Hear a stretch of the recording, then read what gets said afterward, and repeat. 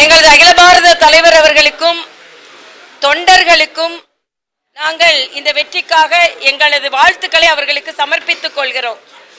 தலைநகரில் பாஜக தலை நிமிர்கிறது,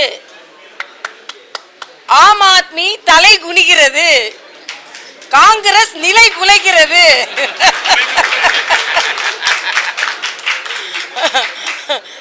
டெல்லியில் பாஜக தலை நிமிர்கிறது, ஆம் ஆத்மி தலை குனிகிறது, காங்கிரஸ் நிலை குலைகிறது. இதுதான் இன்னைக்கோட ஒரு ரொம்ப எல்லாருக்கும் மகிழ்ச்சி. அதே மாதிரி தமிழகத்தில் நிறைய தலைவர்கள் அங்கே சென்று பிரச்சாரம் செய்தார்கள். அண்ணன் கருநாகராஜன் போன்றவர்கள் மற்ற எல்லா தலைவர்களும் அவங்க தலைமையில் நிறைய நாட்கள் அங்கே பணிபுரிந்தார்கள். நானும் சென்றிருந்தேன்.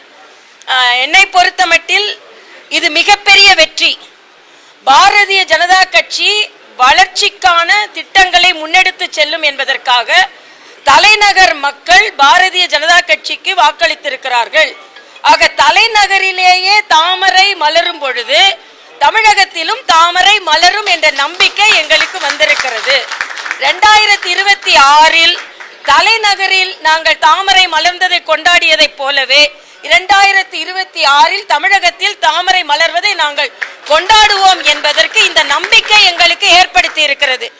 இதில் மரியாதைக்குரிய பாரத பிரதமர் தலைமையிலான கட்சிக்கு மிகப்பெரிய வெற்றி, வளர்ச்சி திட்டங்களுக்கு வெற்றி. ஊழலை ஒழிப்போம் என்று சொல்லி ஆட்சிக்கு வந்த கெஜ்ரிவால் ஊழல் குற்றச்சாட்டினாலே சிறை சென்றார். வளர்ச்சியை தருவோம் என்று சொன்னார், எந்த வகையிலும் தலைநகரில் வளர்ச்சியை தரவில்லை. மாசை கட்டுப்படுத்துவோம் என்று சொன்னார், சுற்றுச்சூழலை கட்டுப்படுத்துவோம் என்று சொன்னார். அதிக மாசுபட்ட தலைநகராக டெல்லி விளங்கியது. மின்சாரத்தை முறைப்படுத்துவோம் என்று சொன்னார், மின்சாரத்தை முறைப்படுத்தவில்லை. தண்ணீர் வசதியை ஏற்படுத்தி தருவோம் என்றால் மக்கள் எல்லாம் கண்ணீரில் தான் தத்தளித்துக் கொண்டிருந்தார்கள்.